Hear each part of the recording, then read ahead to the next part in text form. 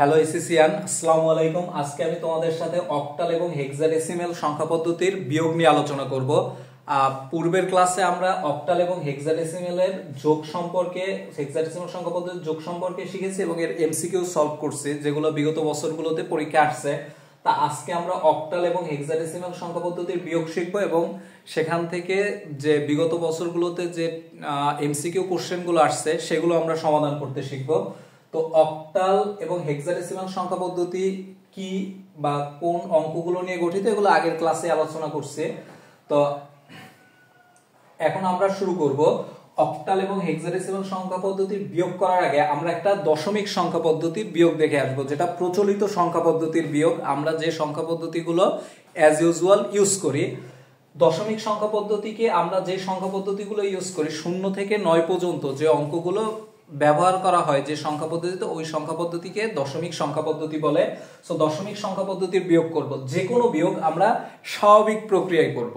স্বাভাবিক প্রক্রিয়া করার সময় আমাদের একটা জিনিস মনে রাখতে হবে, সবসময় উপরে সংখ্যাটা বড় হইতে হবে। যদি ছোট হয় তাহলে আমরা কি করব, বেইজের সাহায্য নেব। যে সংখ্যা পদ্ধতি করি না কেন বেইজের সাহায্য নেব। যেমন আমরা এরকম যদি করি, 9 আছে কত হলে 2 হইবে, আমরা 9 থেকে 2 বিয়োগ করব। 2 তো আর ছোট হওয়ার কারণে আমরা এটা বেইজের হেল্প নেব। আমরা ছোটবেলা থেকে জানতাম এইখানে একটা 1 নামবে, এইখানে পাশে একটা 1 ধরবো, তাহলে 12 হয়ে যায়। বিষয়টা কিন্তু সেইভাবে না। বিষয়টা হইলো যে উপরেরটা নিচেরটার থেকে ছোট হওয়ার কারণে আমরা এটার সাথে একটা বেইজের হেল্প নিব। এটা যেহেতু দশমিক সংখ্যা পদ্ধতি, বেইজের হেল্প নিলে কত হয়, একটা 10 যোগ করব, তাহলে বেইজের হেল্প নিলে 12 হয়। তাহলে 9 থেকে 12 বিয়োগ করলে, 9 থেকে 12 বিয়োগ করলে কত থাকে, 3 থাকে। যতবার আমরা বেইজের হেল্প নিব তত আমাদের হাতে 1 থাকবে এবং হাতে থাকা অঙ্ক এইখানে যোগ হইবে, নিচেরটার সাথে যোগ হবে। তাহলে 7 আর 1 কত হয়, 8। 8 আছে কত হইলে 9 হবে, 1 হইলে। তো এরকম 90 থেকে 79 বিয়োগ করলে 13 থাকে। এটা দশমিক সংখ্যা পদ্ধতি বা স্বাভাবিক সংখ্যা পদ্ধতির বিয়োগ। এরকম আমরা অক্টাল বা হেক্সাডেসিমাল সংখ্যা পদ্ধতিরও যে বিয়োগগুলো করব, ওই স্বাভাবিক আকারে বিয়োগ করব। তো এখানে অক্টাল এবং হেক্সাডেসিমাল সংখ্যা পদ্ধতির বিয়োগ করার আগে আমরা একটা জিনিস দেখব যে অক্টাল সংখ্যা পদ্ধতির বেস 8। অক্টাল সংখ্যা পদ্ধতির বেস কত, 8। তো উপরের সংখ্যাটা যদি বেজের থেকে ছোট হয় তাহলে আমরা একটা বেজের হেল্প নিব। যেমন এখানে আছে 1 আর নিচে আছে 5, তাহলে 5 এর থেকে 1 ছোট, এর জন্য আমরা বেজের একটা হেল্প নেই। বেজের হেল্প নিলে কত হয় দেখো, বেসটা হেল্প, দ্যাটস মিন বেসটাকে অ্যাড করে বা বেসটাকে যোগ করে উপরের সংখ্যাটাকে বড় করতে হবে। তাহলে 1 এর সাথে 8 যোগ করলে কত হয়, আলটিমেটলি আমাদের 9 হয়। ঠিক আছে, তাহলে 5 থেকে 9 বিয়োগ দিলে কত থাকে, 4। আমরা কয়বার বেজের হেল্প নিছি, একবার। আমরা কয়বার বেজের হেল্প নিছি, আমরা একবার বেজের হেল্প নিছি। সেই একবার বেজের হেল্প নেওয়ার কারণে আমাদের, আমরা একবার বেজের হেল্প নিছি, সেই বেজের হেল্প নেওয়ার কারণে এই নিচেরটার সাথে আমাদের একটা 1 যোগ হইবে। 3 আর 1 4। 4 থেকে, যেহেতু 4 এর থেকে 6 অনেক বড়, তার জন্য আমাদের উপরেরটার সাথে বেজের কোনো হেল্প নেওয়ার দরকার নেই। 4 থেকে 6 গেলে থাকবে 2, হাতে আমাদের কিছুই নাই। এবার দেখি উপরেরটা বড়, সো আমাদের বেজের হেল্প নেওয়ার দরকার নেই। 7 থেকে 4 গেলে থাকে কত, 7 থেকে 4 গেলে থাকে 3। সো আশা করি তোমরা বুঝতে পারছো। 661 থেকে 435 অক্টাল সংখ্যা বিয়োগ করলে আমরা 324 অক্টাল সংখ্যা আমরা পেয়ে যাই, 324 অক্টাল সংখ্যা পাই। এখন আমরা দেন আরেকটা অক্টাল সংখ্যা পদ্ধতির বিয়োগ দেখব। 5 আছে, 5 এর থেকে উপরে 7টা আমাদের বড় সংখ্যা, এর জন্য আমাদের আর বেজের হেল্প নেওয়ার দরকার নেই। 5 থেকে 7 বিয়োগ করলে থাকে কত, 2। আমরা ন্যাচারাল বিয়োগটা করব, একদম ন্যাচারাল বিয়োগ। তারপরটা আছে কি, 1 থেকে 2 বিয়োগ করলে, এখন যেহেতু উপরে ছোট সংখ্যা, আমরা কি করতাম যে অ্যাজ ইউজুয়াল ছোটবেলায় বা যে কোনো সময় আমরা বিয়োগ করলে কি করতাম, উপরের সংখ্যাটা ছোট হয়ে গেলে একটা 1 পাশে বসাইতে 11 করে ফেলতাম। কি করে, একটা 1 পাশে বসে না, যেহেতু এটা দশমিক সংখ্যা পদ্ধতি, এর জন্য দশমিক সংখ্যার একটা 10 বেজ যোগ হইতো, 10 আর 1 11 হইতো। এই কাকতালীয় ভাবে মিলে যাইতো যে পাশে একটা 1 বসাই দিলে হয়ে যেত। কিন্তু এরকম না, যেহেতু আমরা অক্টাল সংখ্যা পদ্ধতি করতেছি, অক্টাল সংখ্যা পদ্ধতির বেস কত, 8। এই 1 এর সাথে একটা এই উপরের সংখ্যাটা ছোট হলে উপরেরটার সাথে একটা বেজ যোগ হইবে। 8 আর 1 কত হয়, আসে আমাদের 9। এই 9 থেকে এবার 2 বিয়োগ করতে হবে, নিচেরটা বিয়োগ করতে হবে। তাহলে 9 থেকে 2 বিয়োগ করলে আমরা কত পাই, 7 পাই। যে সংখ্যাটা আমরা 7 পাই, এখানে আমরা কতবার বেজের হেল্প নিছি, একবার বেজের হেল্প নিছি। নিচের এই সংখ্যাটার সাথে 1 যোগ হইবে, তাহলে 6 আর 1 কত হয়, 7। 7 থেকে তো আর 2 আমরা বিয়োগ করব না, 2টা যেহেতু ছোট এর জন্য আমরা বেজের হেল্প নেব। তাহলে বেজ কত এই সংখ্যা পদ্ধতির, 8। তাহলে 8 আর 2 কত হয়, 10। 10 থেকে 7 গেলে থাকবে কত, 3। আমরা এখানেও একবার বেজের হেল্প নিছি, এর জন্য বেজের হেল্প নেওয়ার কারণে নিচের এই 2 এর সাথে 1 যোগ হইবে। 2 এর সাথে যদি 1 যোগ হয় তাহলে 2 এর 1 কত হয়, 3। 7 থেকে 3 গেলে থাকবে কত, 4। আর এখানে উপরের সংখ্যাটা বড়, তাহলে বেজের কোনো হেল্প নেওয়ার দরকার নাই। 3 আর হাতেও আমাদের কিছু থাকে না, 3 থেকে 1 যদি চলে যায় বা বিয়োগ হয়, থাকে আমাদের 2। আশা করি তোমরা সবাই অক্টাল সংখ্যা পদ্ধতির বিয়োগটা বুঝতে পেরেছো। এবার আমরা হেক্সাডেসিমাল সংখ্যা পদ্ধতির বিয়োগটা দেখব। তো হেক্সাডেসিমাল সংখ্যা পদ্ধতির বিয়োগ দেখার আগে আমরা যে জিনিসটা একটু মাথায় নেব, যে মানটা হেক্সাডেসিমাল সংখ্যা পদ্ধতির এর একটা মান আছে 10, বির 11, সি 12, ডি 13, ই 14, এফ 15। এই পার্টিকুলার মানগুলো আমাদের একটু মেমোরাইজ করে রাখতে হইবে, তাহলে আমাদের অঙ্ক করার সময় এগুলো সুবিধা হইবে। তাহলে আমরা ন্যাচারাল বিয়োগগুলো করি। এফ এর মান কত, এফ এর মান 15। 15 থেকে সির মান কত, 12। তাহলে 15 থেকে 12 বিয়োগ করলে আমরা কত পাই, 3 পাই।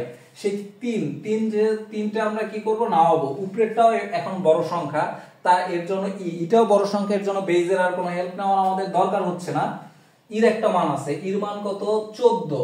আর বির একটা মান আছে, বির মান কত, 11। তাহলে 14 থেকে 11 গেলে 11 বিয়োগ হইলে থাকবে কত, এখানেও 3 থাকে। পরে উপরে ডি আছে, ডির মান একটা 13 এবং এর একটা মান আছে, এর মান 10। তাহলে 13 থেকে 10 বিয়োগ করলে আমরা কত পাই, 3 পাই। এখানে 3 3 3 16। ডিইএফ থেকে মাইনাস এবিসি করলে 3 3 3 হেক্সাডেসিমাল সংখ্যা পাওয়া যায়। আশা করি এটা বুঝতে পারছো। পরের ম্যাথটা আমরা একটু দেখি। সির মান কত আমরা পাইছি, 12। আর এখানে কত, 9। তাহলে 12 থেকে 9, উপরে যেহেতু বড় সংখ্যা, তাহলে আমাদের বেজের আর হেল্প নেওয়ার দরকার নেই। তো 12 থেকে 9 যদি আমরা বিয়োগ করি, তাহলে এখানে 3 থাকে, আমাদের কত থাকে, 3। আর উপরে আছে 2, নিচে আছে 3। উপরের সংখ্যাটা ছোট, এর জন্য আমাদের বেজের হেল্প নিতে হবে। তাহলে 2 এর সাথে বেজটার আমরা হেল্প নিলাম। 16 আর 2 কত হয়, 18।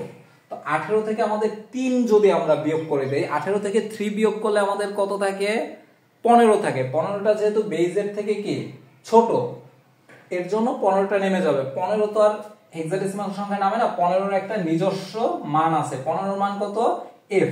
সেই এফটা এখানে নামবে। আর আমরা কয়বার বেজের হেল্প নিছি, একবার আমরা বেজের হেল্প নিছি, এর জন্য আমাদের হাতে এক রয়ে গেছে। দশমিক সংখ্যাটা নামাই দিলাম, দশমিকটা। তো এই নিচেরটার সাথে আমাদের একটা 1 যোগ হইবে। সির একটা মান আছে, সির মান 12, আর ওই বেজের একটা হেল্প নেওয়ার কারণে 1 যোগ হইছে। 12 আর 1 তাহলে কত হয়, 12 আর 1 13। ঠিক আছে, 13 থেকে আমাদের এফ এর একটা মান আছে 15। 13 থেকে 15 গেলে কত থাকবে, 2 থাকবে।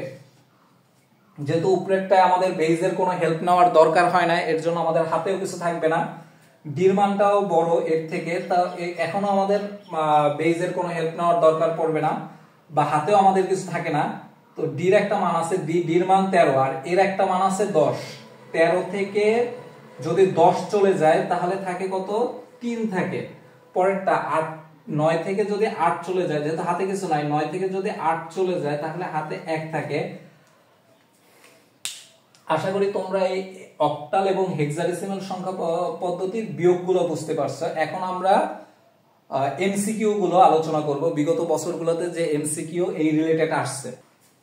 এখন আমরা এমসিকিউ কোশ্চেনগুলো সলভ করব, যেগুলো হেক্সাডেসিমাল এবং অক্টাল সংখ্যা পদ্ধতির বিয়োগ থেকে আসছে। তো এখানে প্রথম কোশ্চেনটা কি আছে, 1016 এর পূর্বের মান কোনটি? কুমিল্লা বোর্ড 2019 সালে এই কোশ্চেনটা আসছে, কুমিল্লা বোর্ডে এমসিকিউ কোশ্চেনটা। তো এখানে একটা জিনিস আমাদের লক্ষ্য করতে হবে, পূর্বের মান বললে 1 বিয়োগ হয়। যেমন 5 এর পূর্বের সংখ্যা কোনটি 4, তাহলে 5 থেকে আমরা 1 বিয়োগ করছি 4 হয়েছে। তো স্বাভাবিকভাবে এটা ওই সেম নিয়ম, পূর্বের সংখ্যা বের করতে বলছে, তার মানে একটা আমাদের 1 বিয়োগ করতে হবে, সেই একটা হইবে, যেহেতু আমাদের হেক্সাডেসিমাল সংখ্যা, একটাও আমাদের হেক্সাডেসিমাল সংখ্যাই হইবে। তো আমরা এটা একটু সমাধান করি। 10 এর পূর্বের সংখ্যা, তাহলে আমরা 1 বিয়োগ করব, এটা হেক্সাডেসিমাল সংখ্যা পদ্ধতিতে। তাহলে আমরা কি জানি, উপরেরটা যদি ছোট হয় নিচেরটার থেকে, তাহলে একটা বেইজের হেল্প নিতে হয় বিয়োগ করার সময়। তাহলে আমরা একটু বেইজের হেল্প নিই, 16 হেল্প নিলাম। তাহলে 0 আর 16 যোগ করলে কত হয়, 16 হয়। তাহলে 1 থেকে 16 গেলে, 1 থেকে 16 বিয়োগ হইলে কত থাকবে আমাদের, 15। তাহলে 15টা হেক্সাডেসিমাল সংখ্যা পদ্ধতির বেইজের ছোট হইলে 15 নেমে যাবে। 15 এর জন্য একটা নির্দিষ্ট হেক্সাডেসিমাল সংখ্যা পদ্ধতির মান আছে, সেই মানটা f। তাহলে আমরা f নামাই দিলাম। যেহেতু আমরা বেইজের হেল্প নিলাম, কয়বার হেল্প নিলাম, একবার হেল্প নিলাম, যতবার আমরা বেইজের হেল্প নেব তত আমাদের হাতে 1 থাকবে। তাহলে 1 থেকে এই হাতের 1 বিয়োগ করলে এখানে আর কিছুই থাকে না। তাহলে এখানে কোনটা f আছে, কোনটায়, গহ নম্বরে আমাদের f। তাহলে আমরা এটার উত্তর পাইছি d। তারপর দেন নেক্সট কোশ্চেনটা, EFF এর পূর্বের সংখ্যাটি কত? তাহলে পরে আসছে কি EFF, EFF এর পূর্বের সংখ্যা কত? তাহলে EFF এর পূর্বের সংখ্যা, তার মানে এর সাথে একটা 1 বিয়োগ করতে হবে, যেহেতু এটা হেক্সাডেসিমাল সংখ্যা পদ্ধতি।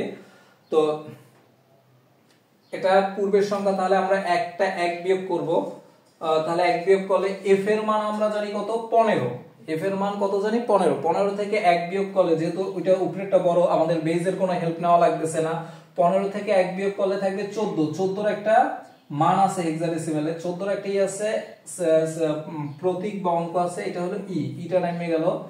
আর কি কোনো কিছুর সাথে বিয়োগ করার কিছু নাই, সবগুলোই নেমে যাবে। তাহলে EFE কোথায় আছে, EFE এটা সি নম্বরটা आंसर। 3 নম্বরে কি আছে, হেক্সাডেসিমাল সংখ্যা পদ্ধতিতে 1FF এর পূর্বের সংখ্যা কত? হেক্সাডেসিমাল সংখ্যা পদ্ধতিতে 1FF এর পূর্বের সংখ্যা কত?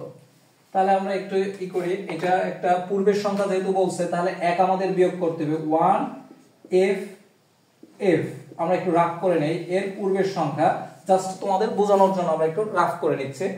তোমরা 2-3টা প্র্যাকটিস করলে তোমাদের এই রাফটা করার দরকার হবে না, তোমরা এমনিতেই পেরে যাবে ইনশাআল্লাহ। তো f থেকে 1 বিয়োগ করব। f যেহেতু উপরেরটা আমাদের সংখ্যাটা যেহেতু বড়, নিচেরটা থেকে বড়, সেজন্য আমাদের আর বেইজের কোনো হেল্প নেওয়ার দরকার নেই। যেহেতু এখানে f এর একটা মান আছে, f এর মান কত আমরা জানি 15। 15 থেকে 1 বিয়োগ করলে থাকে 14। 14 এর কি হেক্সাডেসিমাল সংখ্যা পদ্ধতিতে এর সাথে আর তো কিছু যোগ হওয়ার হাতে তো আমাদের কিছু নাই, তাহলে f এর সাথে কিছু বিয়োগ করা নাই, f টা নেমে যাবে। 1 এর সাথেও কিছু বিয়োগ করা নাই, 1 টা নেমে যাবে। তাহলে এর 1FF এর পূর্বের মান 1FE। তাহলে 1FE কোথায় আছে, 1FE আছে এইখানে, তা ডি নম্বরে। তাহলে আমরা আশা করি হেক্সাডেসিমাল সংখ্যা পদ্ধতিতে যে হেক্সাডেসিমাল বা অক্টাল সংখ্যা পদ্ধতি থেকে যে বিয়োগগুলো আসবে, সেই বিয়োগগুলো ইনশাআল্লাহ আমরা পারবো। যেমন একটা আমরা অক্টাল সংখ্যা পদ্ধতিটাই একটা দেখি, যদি এরকম হইতো যে 20 অক্টাল এর পূর্বের মান কত, 20 অক্টাল এর পূর্বের মান কত? তাহলে 20 অক্টাল, 20 থেকে আমরা একটা 1 বিয়োগ করতাম, পূর্বের মান যদি চাইতো আমরা একটা 1 বিয়োগ করতাম, সেই 1টা হয়তো অক্টাল সংখ্যা পদ্ধতিতে। যেহেতু এটা অক্টাল সংখ্যা পদ্ধতি, উপরেরটা যেহেতু ছোট হইলে আমরা বেইজের হেল্প নেব। তাহলে কত যোগ হইবে, 8 যোগ হইবে। 0 আর 8 যোগ হইলে কত আসে, 0 আর 8 যোগ হইলে এখানে 8 হয়। 1 থেকে 8 বিয়োগ গেলে কত থাকবে, 7 থাকবে। আমরা কয়বার বেইজের হেল্প নিছি, একবার বেইজের হেল্প নিছি, এর জন্য আমাদের হাতে 1 থাকবে। এখানে একটা 1 হইবে, 2 আছে, কত হইলে 1 হইবে, বা 2 থেকে 1 যদি বিয়োগ যায় তাহলে কত হইবে, 1 হইবে। ঠিক আছে, তাহলে অক্টাল সংখ্যা পদ্ধতিতে 20 এর পূর্বের সংখ্যা কত, 17। আশা করি সবাই বুঝতে পারছো। ধন্যবাদ সবাইকে।